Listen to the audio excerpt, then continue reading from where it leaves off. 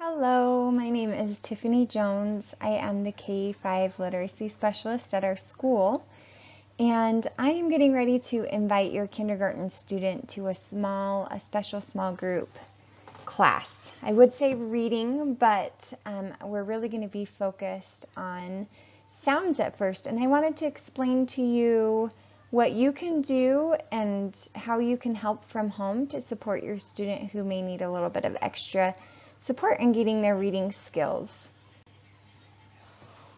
So really quickly, this chart just kind of indicates the importance as they move on to the next grade levels. They'll be tested with a reading test called DIBELS.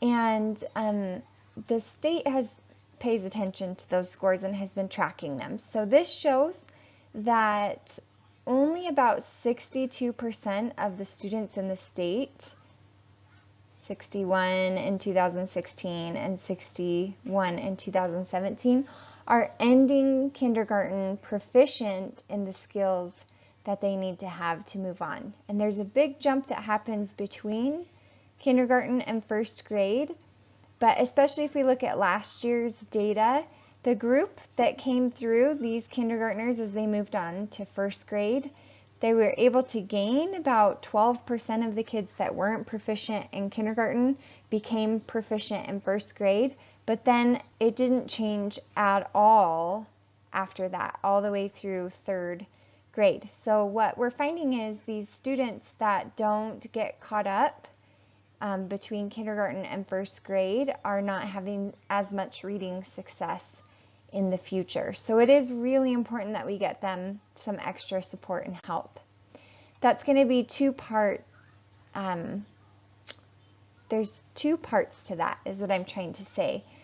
Because the most effective intervention is when we target your student's specific needs and give them explicit and laid out instructions. So we have a firm plan, and we're going to be very upfront in the way that we teach them and not just assume that they know, for example, that they know what rhyme means. It's pretty common knowledge, but for some of these students, they may not know what that means. So we have to be really careful in the way that we explain things to them, that we are almost even over-explaining how it works, just so that they can pick up on it. So I know it hasn't been required in kindergarten to this point, but if you haven't already, please have your student log in to iReady and do the diagnostic. The reason this is important is because it will give you a very individualized result, and then it will assign lessons to your student that they can log in and work on every day, just for about 10 minutes a day, that will match up to the skills that they need to work on, and the computer kind of does the thinking on that one. So it's nice because it's something that you as a learning coach, it's okay to expect them to do that on their own. So those are 10 minutes that you don't have to spend sitting next to them, and it's also going to be very targeted towards them. So they need to log in using their student ID, and the password is the same for every student. It's just UTVA. If you have questions about that, please let me know.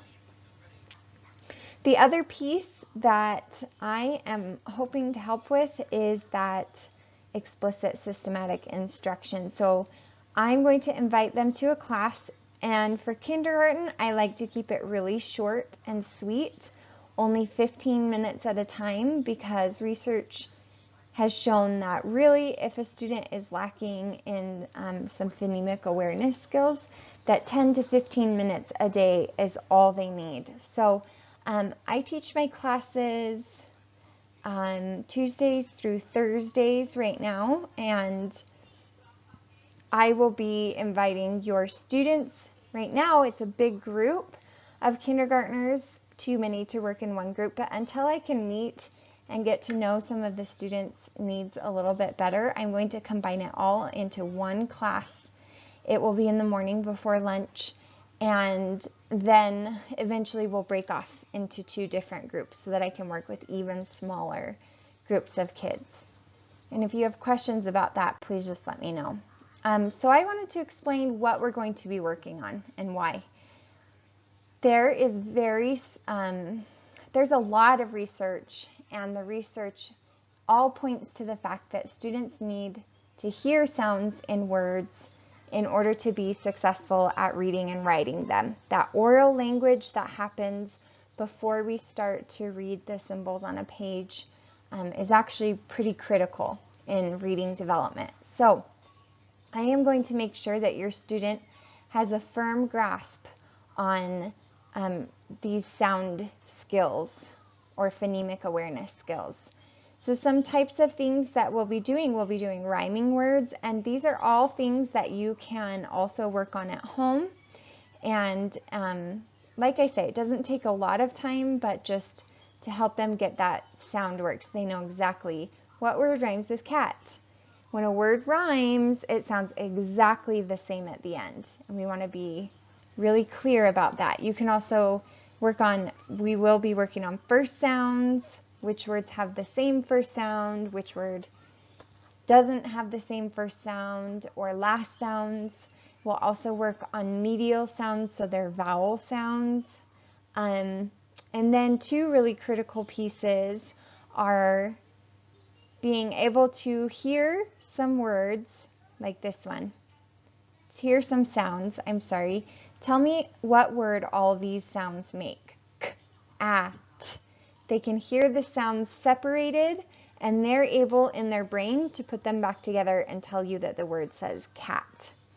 Okay, the other skill, this skill, blending, is really important for reading, because that's what we do when we read. We take the sounds we see and we blend them together to make a word. So they need to be able to have that skill first as they're listening, and then it can translate into the written words.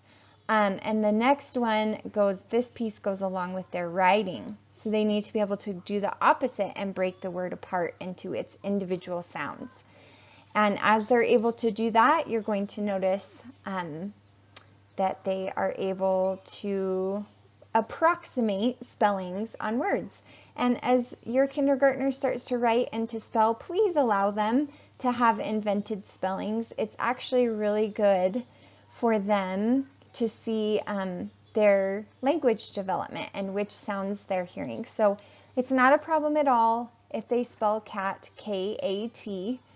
They do know that the letter K makes the K sound, and that's a positive thing. So as they get a little bit older, on to maybe like second or third grade, or even first grade, they should know that cat is spelled with a C. But those invented spellings, we get a little nervous of them. They're actually a good sign that they do have phonemic awareness. So anyway, the last thing you can do is try manipulating sounds and say, what if I took the K sound off of cat and made it say S? So those are the types of activities we'll be focused on. If I find that they are doing really well with hearing sounds and words, we will start to connect it to the letter symbol. And it's more important for them to learn the sounds than it is for them to learn the actual letter names. There is a little bit of value in the names. Obviously, you have to know the letter A is called A if somebody's spelling something out loud to you. So there is value in that, but as they start to read, the more crucial part is for them to get the sounds. So I personally like to use something called zoophonics. It attaches the letters to an animal they put it inside of the letter. And this is nice because you see sometimes students get confused about B's and D's. Well, guess what? No matter if you flip this around, turn it upside down, any way you look at it, this bear is going to be a bear. So if they get used to seeing our friend Bubba Bear in the B, it can help to clear up some of the confusion with the letters that look similar, like P and Q and D. Those are really common letter reversals. But I will say this as well. Kindergarten letter reversal is not concerning. As they start to hit first, second, third grade, if they are still reversing their letters, there's definitely cause for concern, and there might be something else going on in their processing systems in their brains, and we'll need to take a closer look at that. But as far as kindergartners go, I don't worry too much if they're mixing up B's or D's or P's. It's pretty common. The other thing I like about zoophonics is that it attaches an action and a sound as they do the letters sound. So for alligator, they say ah. And then the more multisensory we can make it as they do the action, as they connect that to the sound, they're looking at the picture visually. We're just accessing different parts of their brain, and some students have stronger processing skills in different areas of their brain. So the more things we can bring in, hearing and saying and doing something along with it, it will really help your student to pick up their letters. Also doing anything tactile, like tracing it in shaving cream or building it out of blocks, or just something they can actually touch that isn't so abstract. Sometimes that's hard for a kindergarten brain. So that's really kind of where I imagine us being in the next several months for just 10 or 15 minutes a day.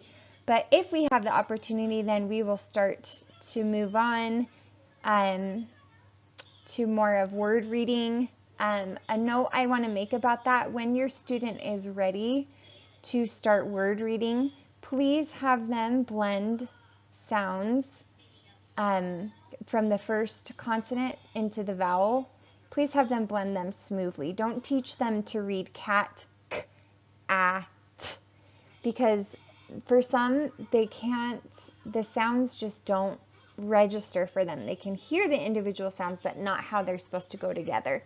So I really, from the beginning, want to emphasize with kindergarten students, okay, when we see these two letters together, we're going to read it ba, ba, and go straight from, and this obviously isn't until they're very familiar with the letter B and the letter A. They know their sounds very well. But when they do, we're going to practice blending those sounds right from the get-go, okay? Because then we could add a letter on the end, and then it's not such a big deal if they can go bag. Then they can hear, oh, I just said bag. But sometimes when those sounds are separate, it's hard to hear. So that is exactly what I just went over. Teach your students to blend the sounds smoothly. Please don't chop them apart. I just wanted to mention this as well. It's really important and crucial in kindergarten that they are read to pick up vocabulary, to build a good relationship with loving adults in their life. So reading to them is really important. But when we are practicing in our class and doing skills, or let's say it's time for them to sit down and do their phonics lessons at school, don't do it for them. Let them do the hard thinking when it's time to practice those skills so that they are actually practicing. Okay, sometimes our tendency is to jump in and say, oh, B says B, but give them time to try to process and think about those things before jumping in to save them. Please let me know if you have questions, if you need other help or ideas of what to try with your student, or if you feel like, I'm not so sure my student needs those kinds of things, I already know that they are doing that well, then please just let me know. I'm totally open to communicating, and I want to help you. So thank you so much for watching.